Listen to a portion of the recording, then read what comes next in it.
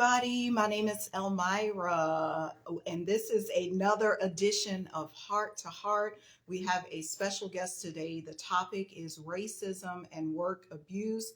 Our guest, Kerry, lives in South Africa, so she's going to be sharing her story. And I can personally say, growing up here in the United States, as a Black woman, as an Indigenous woman, I've dealt with my share of racism for sure. We've all dealt with it, whether you are Black, whether you are white, whether you are Hispanic, whether no matter what you identify with, it's just unfortunate.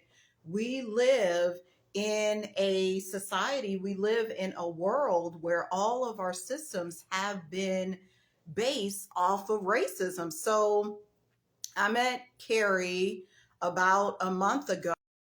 I think it's important for people to share their stories, no matter what the perspective is, because we need actual live real stories. That's me and Kate. Hey, how are you today? You look so cute, beautiful. I love how you're always in the sleek black, like. Thank you so much. Thank you very much. And it's very nice to see you again as well. I appreciate you having me on today. Awesome. How's your day been so far? It's been a good one. It's been very good so far. Thank you. Nice and productive, just the way that I like it. Working on a couple of things and just ticking off all the boxes on the to-do list. So yeah, I don't have any complaints. How about yourself? Ooh, the to-do list. I don't know. Because sometimes, okay, so to-do list. You know what I do? I actually make a to-do list at the beginning of the week. And then I tick them off day by day. So for example, this week, one of my goals was to make shorts of some of my long form videos on YouTube. So I just want to complete that goal by the end of the week. Today has been easy, but I've been doing stuff. Sometimes as an entrepreneur or business owner, you don't realize all the stuff you do in a day, but you're actually, I've, yeah, it's been, I'll call it fantastic. So. No, that's great. That's great. Yeah, because I see you're very active on social media, and I think that that is so great. I mean, every time I open up my Instagram feed and I just see, Almira has posted, and it's all of these really inspirational, like just raw moments. I think that some of us do get too stuck sometimes. We think, oh my goodness, I have to, post professional content, where it's actually the raw emotions that are sort of held back sometimes. So it's really, really nice to see that you're so open about that. It makes us feel a bit more human, if I could say. You kind of forget about putting on this face for professionalism and for what you think your clients want to see. And it's just really great. So I really appreciate that. I don't think you're told that often enough. I don't know if you are, but I'm saying it from my side. No, I'm not. I thank you for that. And I thank you, Mike, talking about my new do. He's like talking about my hair. Ooh. Um, yeah, that's one of the things why we're having this particular topic, because I am raw, I am authentic.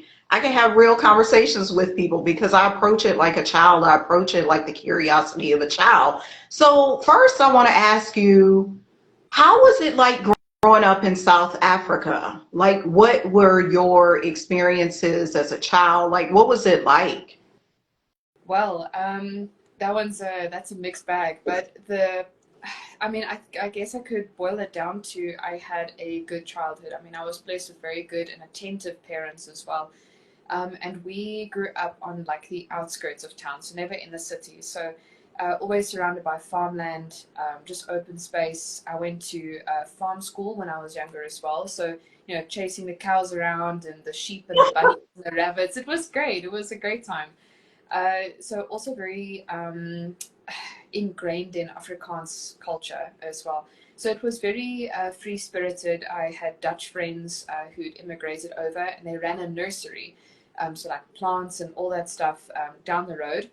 Hmm. And yeah, no, so it was a great time. And yeah, just the what is it, society, the people were very caring. I mean, we used to go climbing trees and making like bracelets and rings and crowns and stuff with with what's those weeping willow trees, and you can like Oh grab them. yeah, yeah. Yes, yeah. So it was a very nice childhood. Yeah. So that's pretty much a summary of how that went. Yeah.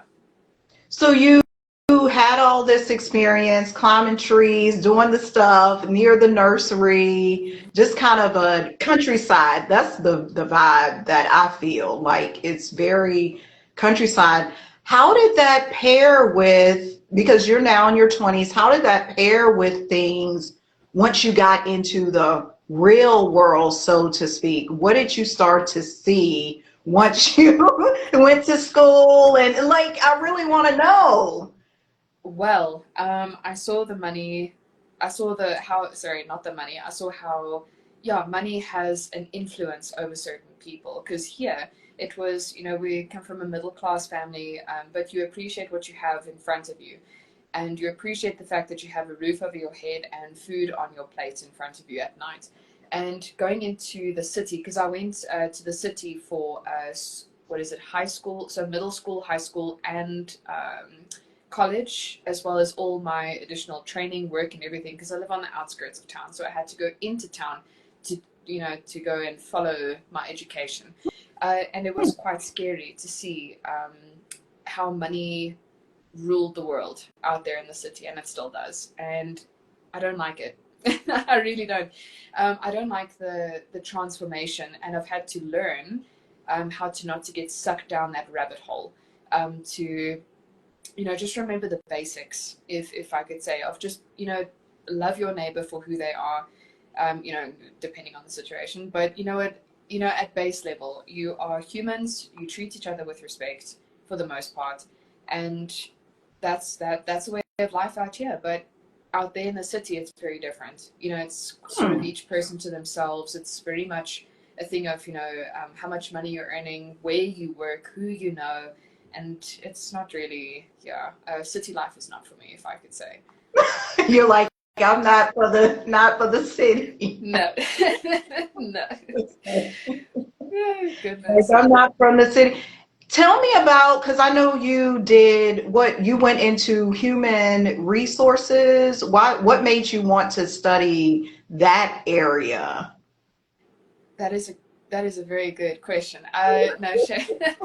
Ah. Um, so in grade 10, so when I was 16, you have to choose your subjects for school. And my parents, they said, okay, well, I had no idea what I wanted to do. I had no idea which subjects to pick.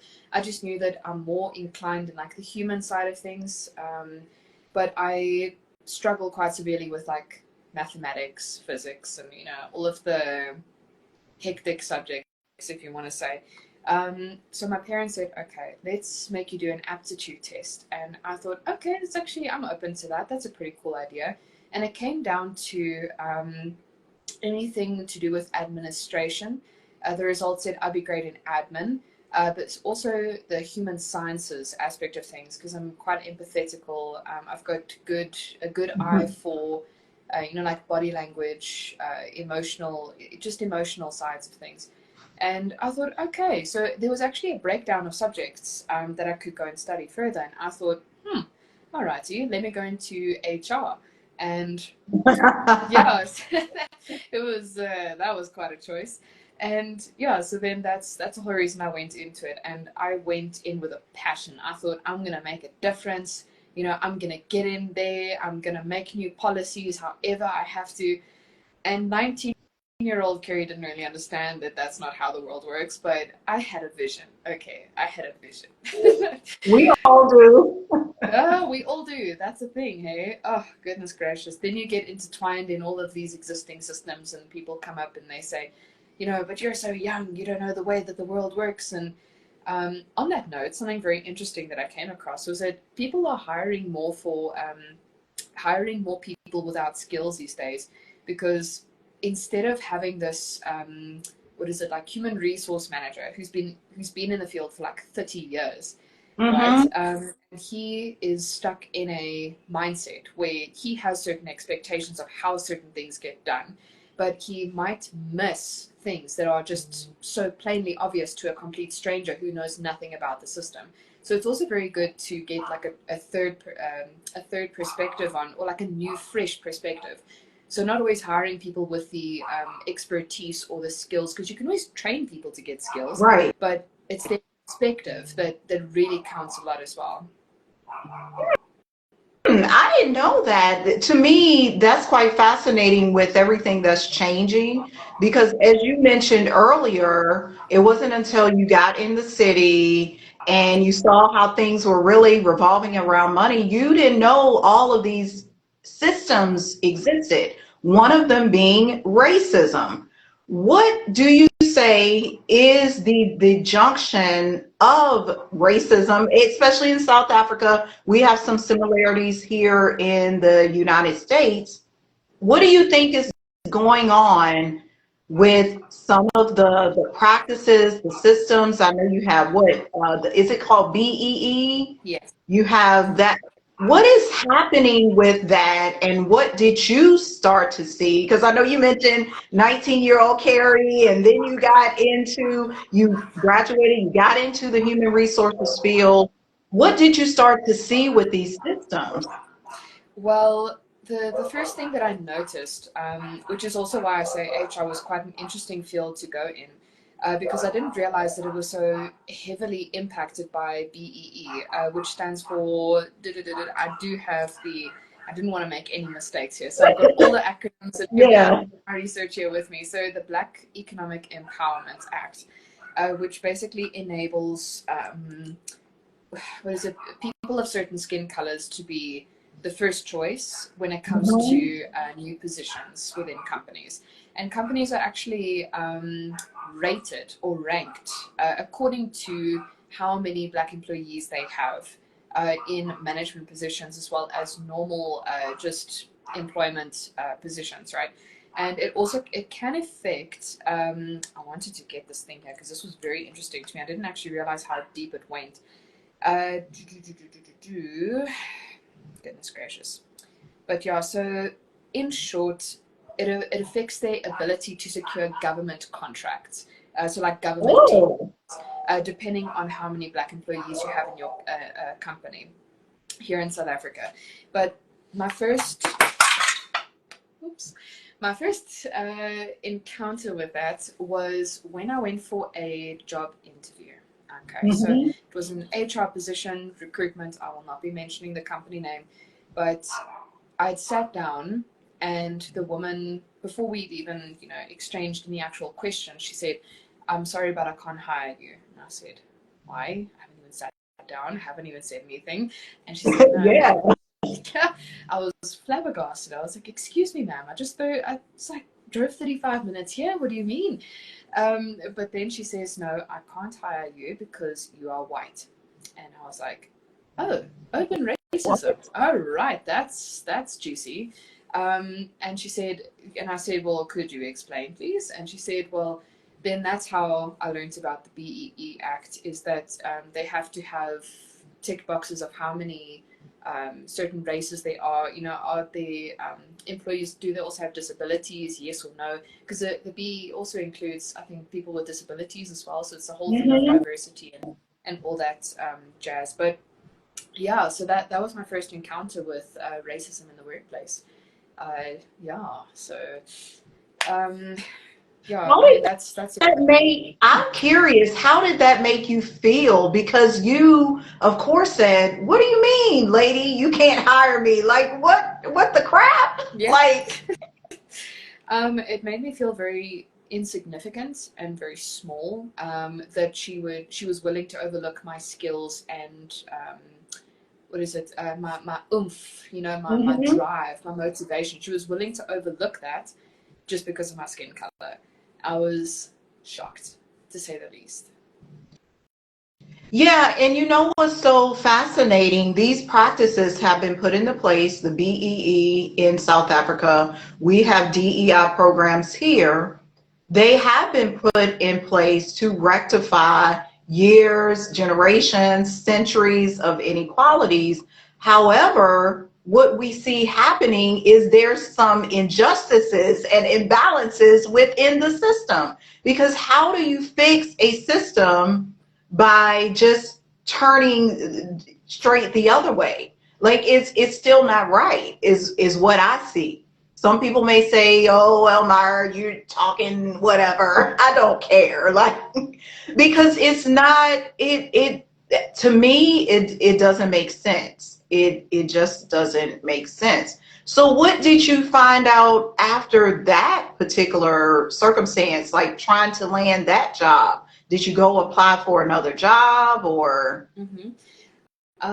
So I do agree with what you say there. I mean, it is literally going from one extreme to the next, and just hoping that it can reverse the ongoings of what had been. I mean, our country's got the history of apartheid and all that stuff, where there was racial segregation, but not only in everyday life. I mean, in your judicial systems. I mean, there were different courts of law, different buses, different Mhm. areas you could sit, walk, sleep, talk, do business, and all that stuff. So it really was, I mean, beyond my comprehension. I did not grow up through it. That was, my father's generation that went through Right. that. I was not alive at that time. I had nothing to do with it, as far as I'm concerned. I wasn't even born yet. So it's very sad to me to see how, the consequences of our forefathers is now just taking its toll on the rest of us.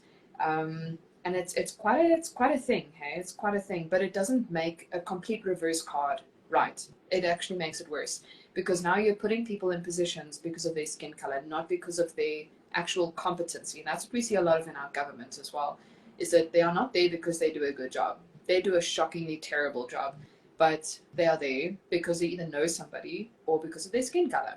And going forward, I did apply to other jobs as well. I didn't give up hope. I thought, okay, but there is a way. Where there is a way, there is a will, right? So I Mhm. continued on, but I can't say that it didn't change my mode of thinking. I remember we had this conversation there where, you know what, I went to a job interview also with a very big company in South Africa. I think that they're in the agricultural domain, so a huge company in South Africa. And they said, okay, no, junior HR position, come through for the interview. I made the shortlist. So I was like, ooh, that's exciting, cool beans. Went in, I was the very first interview of the day, of the morning. I was there on time, dressed very well, had all my questions prepared, and I went in. I think it went relatively okay. I mean, they were just, they were very hard-looking people. I just remember sitting there and I thought, you know what, if I don't get this job, I won't actually be sorry. I won't be sorry, because no, they were like stones. Oh my goodness. But when I walked out the room, the next girl that went in was a young black woman. And I remember thinking like, uh, okay, there goes my chance. Like, I hadn't heard anything. I just completed the interview, but just because I saw that there was a black girl coming next, I knew she would take preference over me. Mm. And I thought, I caught myself very quickly about thinking like that. But it does change your mode of thinking. You put yourself. It does something to your ego as well. You start doubting whether you actually have the qualifications, or it messes with your head. It really does. Yeah. Um, yeah, so no, that wasn't very pleasant, that whole aspect of it, but that was going forward. Yeah, so still kept on applying, still kept on looking, still to no avail. I never did actually land a job in HR. Mm. I ended up in medical claims administration. So still admin, still sticking to my aptitude test results, but yeah, never did land a job in HR.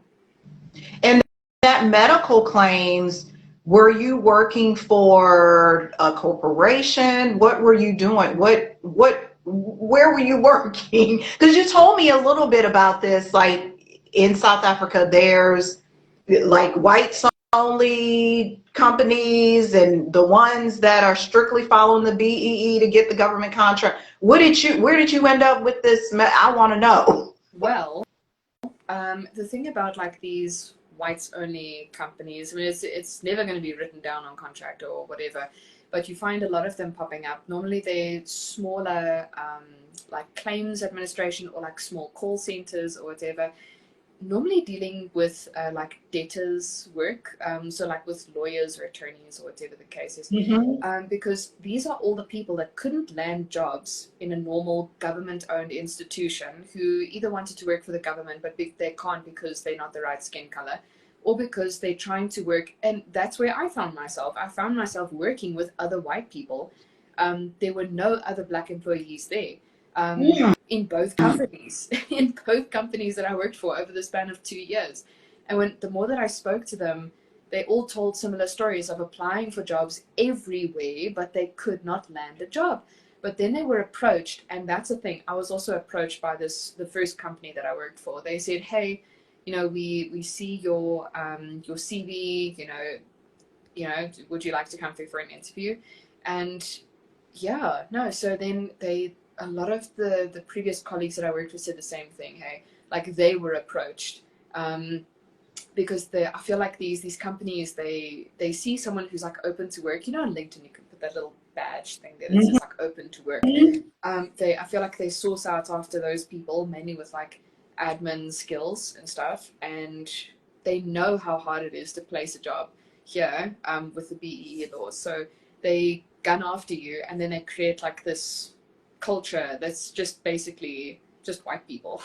There's no diversity like at all, from the management straight down to like the very basic, like people being trained into like the new call positions and stuff. Yeah, so that's yeah.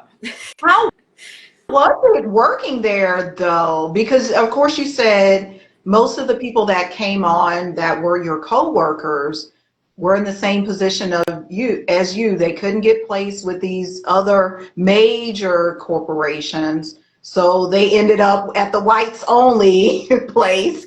What was it like working there? Like, was it a good environment? What did you experience? It kind of felt like we're all just stuck doing a job that we hate just because we don't have another choice. So I mean, you're stuck in this job 24/7, not 24/7, but for like 8 hours a day. And it was awful, because you all know you don't want to be there, but you needed the money. I mean, listen, I wanted to afford rent and a car and to, petrol, food, and all of that stuff. And I can't do that if I'm not employed, right? And yeah, no, so it was this unsaid thing that we all don't want to be there, but we've placed ourselves willingly in this position because we felt it was our last choice. So it was not nice by any means. I mean, the thing is, the thing that stuck out for me was that some of those people had been there for 16 years, right? And You said 16 years? yes, 16 years.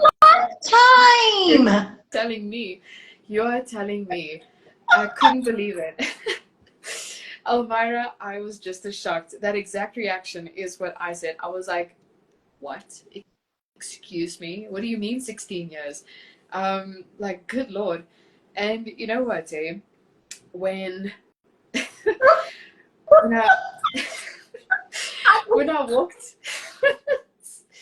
when I walked around, hey, on my first day, and I was looking at everybody's cubicles, and I saw everyone's got like photos of their family.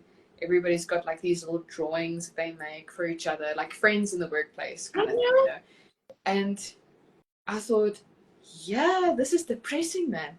Holy cannoli, how, but then that's when I sort of came to realize we're all here because this is like the last place it will take us in. So it was always this like empty feeling of not really wanting, not being able to chase your dreams, just being able to want a future for you. Because a lot of those people, they had children. Hey, listen, I'm blessed. I don't have kids. So, yeah, a lot of them had like 3 kids, 2 kids, 1 kid. But I mean, they were all there because they needed to support their families. Because either their husbands are not earning enough or they're bored at home, so they just wanted a job. But it's like a last resort type of thing. Listen, I can't believe that anyone wants to do that type of admin for the rest of their lives, because you are staring at these whitewashed walls like you're living in a box for years, and like those industrial ceiling fans that just spin on the roof. Oh, it's a soul killer, that one. Oh, Lord, no. So I will never go back. You said, I don't want to do that. No 16 years for me. I don't want to be there no more. I want out. Gosh, no. So, and it was like that for both companies. The second company that I worked for was slightly better, just in terms of pay and cleanliness. But that was it. It was still the same admin. And listen, the workload was like twice as much. And the stress. That's where you start going into like workplace bullying and stuff with that company. I mean, that's the whole reason why I left. I was like, What kind of bullying were they doing? What was happening? well, like emotional abuse, like, oh Lord, micromanaging, because it makes you feel incredibly incompetent. You feel management feels as though they need to look over your shoulder 24/7, like while you're in the office, and that bothered me. It really did, because the thing is, I know that I'm competent. I know how to do my job, and it makes me feel small, and it makes me feel incompetent. Right? The fact that you feel you need to watch what I'm doing. Like they're a bit of perfectionist. Okay, so and then also there was a patient who was unhappy with the way that I had handled her account. Never mind the fact that she owed the doctor, and we've been trying to get in touch with her for 6 months and had ignored every single email and phone call and admitted to receiving every single one of those phone calls, WhatsApps, and emails over the phone in the recording. But no, it's my fault because I spoke to her and I addressed it, right? But it's more, I guess, to, oh Lord, her receiving of what I was saying. I mean, it was an incredibly difficult patient. I mean, she was speaking over me the whole time. And it's, when you're trying to have a conversation with somebody, you're trying to tell them something, and they keep interrupting you, it becomes a bit frustrating. So, I mean, long story short, I said, I cannot do this anymore. So I said, ma'am, have a very nice day. And I put the phone down. I just had it. I was like, I'm not going to swear. I'm not going to cuss. I'm not going to scream. I'm just going to say, ma'am, this is the case. Thank you very much. And I put the phone down. And I put the phone down as she was saying, like, but you can't do. It's like I'm hanging up on you. And yeah, long story short, the managing director was not happy with me, and I can understand why in that regard. It was unprofessional to put the phone down, but the way in which this managing director felt entitled to treat me was disgusting. I mean, she calls me into the HR manager's office. There were 5 managers there waiting for me, including my supervisor. Yeah, does she not absolutely just let the tap open on me? Good Lord. I've never been screamed at by a woman twice my age until that point. But I mean, she was like a toddler. She was just going off, absolutely going off, and I was shocked, really shocked. But I'm proud of myself. I didn't cry, because I was so stunned. I was like, is this really happening? If you're so unhappy, can you not just like sit me down like like a normal human being? But clearly that's the thing that shocked me, right? Is that she's the managing director, but she doesn't know how to manage people. She can't even handle her own emotions, but now she's the MD. But yes, long story short, I didn't appreciate the disrespect. And after that, they decided to strip me of my desk. They placed me next to the. What do you mean, strip you of your desk? I had my own desk, right? And it was so nice. It had like its own window and everything. And they said, nope, you can't sit by yourself anymore. So they put me on like this other desk right in front of my supervisor's office, right? So she could watch me the whole time, manage all my calls for me. They gave us all a script that we have to stick to. So you can't just answer phone calls now like, hey, this is so-and-so. You have to now follow the script. Right. So there, again, it makes you feel stupid and incompetent. Then they said, right, now we're all going for retraining because of you. And I was like, oh, that's nice. So there were 26 employees in the company, and they decided to split us into 2 groups. And they said, okay, the first half. So I was sitting in the first team that went first. And they said, okay, now retraining. Now they put us all in the boardroom. And they said, one by one, they played the recording of me and that woman in front of everybody. And then they went one by one around the table and said, okay, now what's your thoughts on that? And how could Kerry have done better? And they did that for every single, I had to sit there and listen to like 14, not 14, 12. I had to listen to 12 different people's opinions, including management, on how I could have done a better job and how I could have handled my emotions better. So that broke down my mental health like nothing before. Not to mention, I mean, I just gone through an abusive relationship with my ex-partner as well, where he did the exact same thing to me. So it was like a double whammy of first abusive a partner that I just ended the relationship with, and now it's my freaking managing director who's hopping on the bandwagon, and it's like, oh, Kerry looks vulnerable. Let's enjoy this. And what was, real quickly, what was crazy about it, it was public abuse. It's not like you got a bashing in the office privately. She took it upon herself, oh, let's all examine the call, all 12 of you, and give your feedback. Oh yeah. And it wasn't just the first 12. There was still another 12 after that as well. They did the exact same thing, and they made us take a test, right? And Almira, they also told me, no, you have to go on 6 month retraining program because you don't know how to handle yourself. You're so incompetent. I don't know why I hired you, and da da da da da. It was really rough. I mean, I can't lie. I'm not a snowflake by any means, right? By any means. I do regard myself as quite an emotionally stable person. But after going through that, I mean, the suicidal thoughts were just I mean, they were like at the forefront of my mind. It's like, you kind of put aside wanting to live because everyone's made you feel as though you're good for nothing. And I don't think that they realize that. I don't think that they realize the toll that their words have, right? I'd rather that she'd smack me across the face than have said half the things that she did, because it was really harsh. And me being me, I mean, I'm not used to people being so nasty, so it was really a shocker. I didn't know how to handle that. But I mean, I do now, so it's okay. It's all right. Yeah, you're resilient for sure. Dealing with that, it's just work abuse is what it is. And it comes in different elements, and somebody can, I'm interpreting it too, because somebody would say, oh, because granted, you were at a whites only company. Somebody would say, oh, you don't experience no abuse working there. Or even me, let's say I was working for a company that had primarily black people. Oh, nothing's ever going to happen to you, Elmira, because you're there with, that's not so. And what the caveat is too, it's all entwined in the system, some of the reasons why this happens and it continues to occur. Like you said, why those people, your coworkers who are still there, I know you left because you're hip, you're smart. You said it. I'm not a snowflake. You're like, I'm out of here. And so that's what I want to ask you.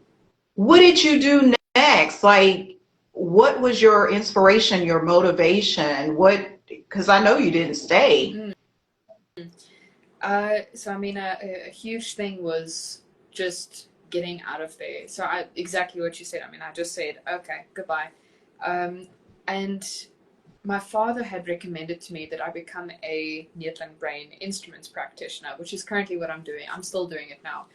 Because he's a practitioner himself, and we'd had so many like discussions and stuff about it, and what a niche opportunity it is, to actually spread information as well as make a living at the same time. Because I mean, majority of the practitioners, from what I've heard, this is not fact, it's purely my opinion, is that it's people already in the workspace, and they have like an extra qualification on top of what they know already, just to like add to their skills. So they are not explicitly just an NBI practitioner. They are an NBI practitioner among other things as well.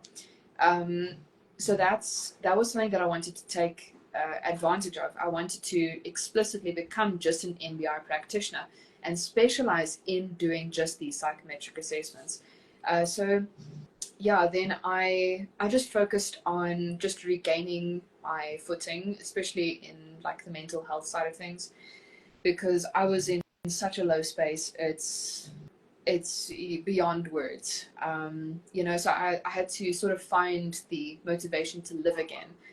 So I Right. took it very slow. I started reading my books a lot, which was great because I'd neglected my reading for quite a long time while I was working, and because I was always so tired when I got home. I didn't want to do anything else. I just wanted to get into bed and sleep. I mean, at like 5 in the evening, that's not normal. So I started reading again. I would sit outside in the garden. I started gardening again, specifically like with my veggie plants, just going out on walks, like around the neighborhood and stuff. And I still do that Mhm. to this day. Cycling a lot more often as well. So just exercising, reading, not necessarily meditating, but just spending quiet time with my plants. Um, yeah, so that's what I did afterwards, in terms of regaining my footing to want to live again. And then in terms of business, so then yes, I completed the practitioner's course with the Quibus Neertlang Institute. And then after that, I started attending like some seminars, webinars, networking events, which actually boosted my ego. So I mean, that's how I met you as well. So it's definitely a blessing, and just learning different things about different people, how I can help their situation, because I made it my life's purpose is that I want to help people. I want to help them so that they don't have to go through stress where I can be able to save stress. I want to do it, just Mhm. because I know what it feels like and it's awful. So if I can earn a living at the same time, that'd be great. And yeah, so then I opened up my own practice in November of last year, and I've been on the same trajectory ever since. So November 2024, how was that to open up your practice? What did it feel like? Did it feel like victory? What I mean, It was, I was like, I remember registering my company with the CIPC, and I just remember sitting back and getting that confirmation email and having to fill in all the paperwork and send it back to them. And I was like, here's my banking statements and whatever, my ID and whatever else. And when it all came through, I remember thinking, like, wow, this is real now. Like now it's real. Now it's serious. Now I have to submit my tax, and now I yeah. oh Lord, that's the thing that got me. Hey, I was like, oh, this is great, and then I remembered, oh yeah, but I have to like file for tax for my company now as well. But it was so great. It was so. I was like, I've done it. I've really done it now. Now I've really put my mind to it, and it's real now. My company is registered. I exist. I exist. So Yes, it I'm was, here. yes, I'm not just a And business card anymore. I have a yeah, we domain. like now have to do that. Yeah, it's Oh my God. fascinating and phenomenal. I can say being an entrepreneur and business owner since 2009, I know what you're talking about. Tell me real quick because I want to understand what was the time frame between what November 2024 and when you applied for that first job? Was it like a year? Was it 2 years? What amount of time went between you starting your business? Applying to which job, Well, this sorry? your first job, the first job you ever applied for. I'm just trying to get some Ah, clarity. Was it 3 years in the making? Because you dealt with all of this craziness, work abuse, trying to apply for the job, then trying out the BEE, and they're only hiring black people. And then you went to this company. How long? so I applied. I got my very first job in September of 2022. Okay. The only reason I know like the timeline so well is because I was busy going through the paperwork like last week. So I was going through Mhm. like all of my contracts and stuff. So September 2022 is when I got my very first office job, and I was so excited. And then in July of 2023, I started my what is it? I started my job with a second company, and then by February 2024, that's when I left the company to start my own. But from the only time that I knew I wanted to do this Neetland Brain Instruments was December. It was December of 2023. That's when I really made up my mind, and I said, I want to get out of here. I need to do better for myself, and that's when I really started putting my head towards it. That's, during November, December 2024 is when my dad and I started having these conversations about NBI. So then, but Feb is when I actually left the office job and was able to then be by myself and go to these seminars and functions and summits and all of that stuff around Johannesburg as well. So yeah, from December, so about a year, it took plus minus a year to make it a reality. Yeah, not bad. I just was given some, giving myself some perspective in the audience too, like how long, because sometimes we think we're dealing with all of this craziness in our life. Like you said, your mental health was affected, your ego was crushed. You're like, am I even worthy? Y'all are telling me I don't have these skills. You have this boss doing that. I can't get the job. It was just so much going on. It was only, I mean, in retrospect, we can say that it was 2 years. It was 2 years, but it was also you who prevented it from being 16 years, like that one lady at the company. Because sometimes we can look at it and say, I can't. I can't start my business, or I can't do this. The government is standing against me. Racism is standing against me. The powers that be are standing against me. But the reality is, once we make a spark clear decision, it doesn't take that long. You just described 2 years of your life. Really? I mean, really and truly, that's what. And then I wanna know about this too, because you're always speaking about your dad. What is his role? How instrumental has your dad been just in your life? Because I know he is, but I just want to know. Yeah, of course. No, so I mean, my dad's pretty much been like the rock. I mean, my mom as well. But with regards to like opening my mind to like the human sciences side of things, like with the NBI, really pushing out there, because the thing is, my dad went through a very similar thing, where Mhm. he worked for a company for 32 years, then he retired, then he opened up his own company called Coaching Gap, and from going to from an office job, right, where you're told what to do all the time, your deadlines are set for you, you have to report to someone else, there's always someone above you, right?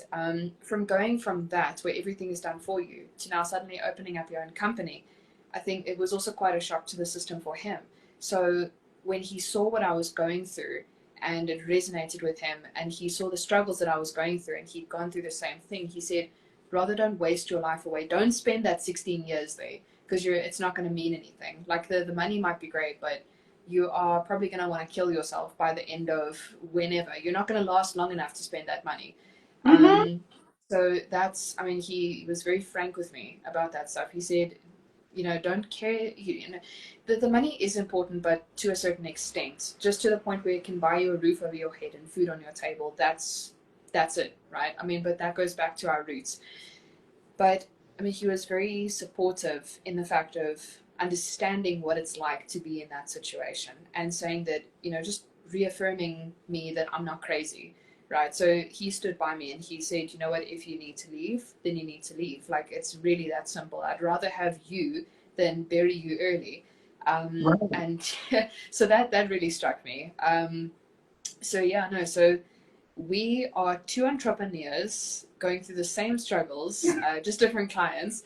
And it's really nice because, we get to bounce ideas off each other. Like, we're in the same boat, right? So, I mean, we always like having these discussions, how can you market better? How are your Mhm. clients doing, and stuff like that. And going to these summits and, what do you call these things again? Like seminars and webinars and Yeah. all the fancy things online and whatever. But yeah, like going and traveling out together and meeting new people together and stuff. It's really nice to have that like that father-daughter connection as well, because it's, we understand what we're going through, and it's really nice to have someone who understands what you're going through and be there to support you and say you're not crazy and you're not alone.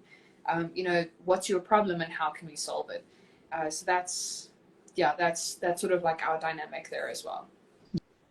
Yeah, Carrie, I'm glad you have that. I Me don't too. have that either. My, Yeah. my parents, well, my dad, before he died, he was entrepreneurial, but he was kind of more on the creative side. So when it came to like the books and the analytical stuff, I don't know that I would take any advice from him because he's just like in the sky and all.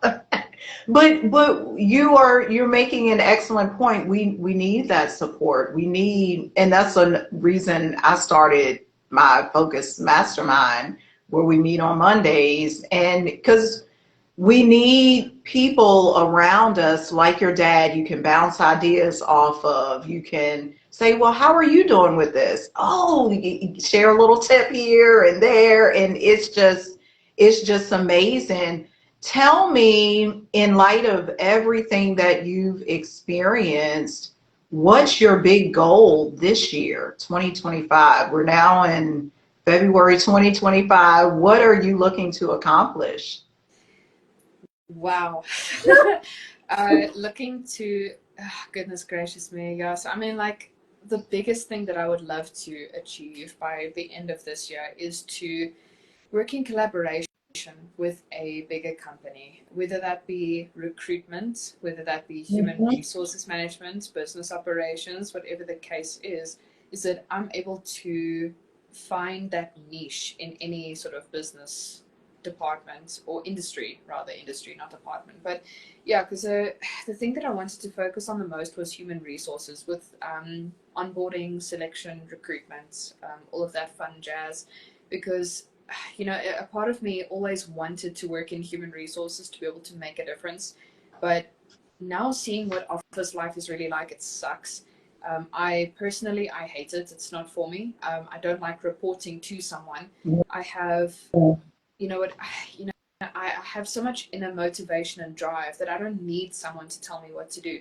If I want to Same get something here. done, I'm with you. exactly. So I mean, you understand the struggle. Is it? I hate someone telling me what I need to do and how I need to do it as well, like micromanaging me. I don't like that. I have so much inner drive and motivation to get things done myself that I don't see myself working for anybody else. I see myself working with someone, in collaboration. Ooh, can we take a pause right there? Because that was good. You said, I don't see myself working for someone. I see myself working with someone. And I think many of us forget that just in everything that is happening in the world, in our work, in our family, with our marriage, we think there's this power differential all the time. No, it's actually with. We're in this together. We are one. Like, I just go on. Go Oh my on. goodness. But yeah, because I mean, goodness gracious me, the person that really shifted, or helped me shift my mindset to that, was when I went to the South African Future Trust Summit there in Johannesburg in Sandton Mhm. last year, and I met with two companies, and they were talking about their company and their ecosystem, and I mean, they were direct competition, and they had stalls right next to each other, and they were chatting and getting along like best friends. And when we had a conversation about like what we do, and because I met them, I mean, like, I approached them, I said, hey, what do you do, like, da da da da da, and they said, oh yeah, no, we are actually basically like direct competition, but they said they work with them, right? So because instead of versus, they said you're not going to get the same sort of clientele, right? Like, you're kind of, it's, instead of this competitive atmosphere, you come to some sort of agreement and you work with each other, so you can then specialize in different parts of the field or focus on different areas. But I mean, long story short, instead of only getting a smaller amount of clientele and the other getting the bigger, why not just share the profit, share the success, work Mm. together, because then you're creating more employment opportunities, not only for your own company, but for other people as well. So there's this whole shift in mindset in the younger entrepreneurs in this country, as instead of direct competition, why don't we collaborate? Why don't we come to some sort of middle ground where we can set the expectations, have it written down in writing, and then stick to it. And it takes a very sort of special person to have that mindset, because there's also a very big greed mindset that's still very much alive in all aspects of life and society. But it's so nice to just see that there's people vouching for collaboration. Like, why are we fighting each other when we could just be working with each other? We're making life so much harder than it already is. So that it got me thinking. Really, it got the cogs turning, you know. And I've just sort of adopted that mindset. And then when I look at what people in the office are going through, I thought, oh no, absolutely not. Let's not. I don't want to report to someone again. I can't do that. No, it would crush my soul, because I'll just be remembering, you know, what it was like, and then just waiting for it to happen again, and that's not healthy either. No, no, because it's like when you experience abuse like that, you are kind of, when is going to be the next episode? When's the next time? It's like you're on edge, and it just affects your whole mental, affects your whole being, your everyday life. I just want to say we're going to close it out right here. You know, me and you, we could talk for a Oh while. yes, oh yes, for hours on end. Hours. Yeah. This was amazing. I just want to say thank you for being vulnerable, for being courageous to share your story.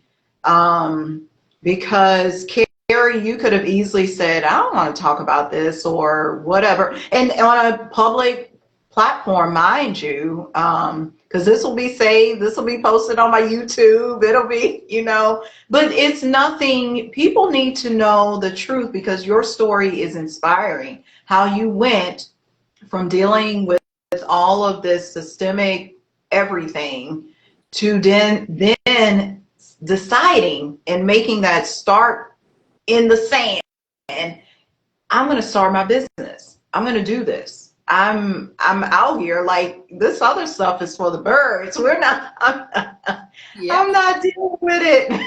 But you know what? But thank you very much for the opportunity to be here as well, because I mean, it's not every day that you get to be so vulnerable, and people that are necessarily open to these types of conversation, because people love to form opinions without really having the facts behind them, or without wanting to share why they feel a certain way. I mean, they don't have to, but it sort of helps people form their opinions and perspectives on life and certain societies as well. And you know what, after everything that's been going on with like the change in laws and everything that we've experienced, everything that we've seen, I mean, a lot of people are suffering in this country, and not just a particular skin color either. It's like a lot of people are suffering in this country, and I'm not going to hold my silence anymore. I want to share my story, and just because maybe it can make someone else feel less alone. You know, it's purely just my story, what I have experienced, and how it has shifted my perspective on my views on the country and the government and the legislation and everything in between, you know. So, but I mean, I feel like we the people, we need to make better decisions and just be kind where we can, because it's, you know, kindness is kind of few and far in between. So it's really nice to come across a person such as yourself, Elmira, and I really appreciate that. So thank you very much. All love, all love. Well, everybody, make sure you all connect with Kerry. You are right here. Well, she's right here on Instagram. Isn't it Brain Bridge 20 on Instagram? Is that what your handle is? It is Biker Girl 24. I think that there's like an underscore there in some way. I think it's Biker Girl underscore 24, but don't quote me on that. I keep forgetting my username. But the professional thing, like where I do my psychometric assessments and just post content about not daily struggles, but things people struggle with and how I can help them with the psychometric assessment, is BrainBridge 20, all one word, as far as I'm concerned. So yeah, no, but thank you so much, Elmira. Have a wonderful evening further, Awesome. or in your case, day. Have a wonderful day further. Yeah. And you have a great night. This was fantastic. Much appreciation again, everyone. This has been another edition of Heart to Heart. We will see you next time. Bye.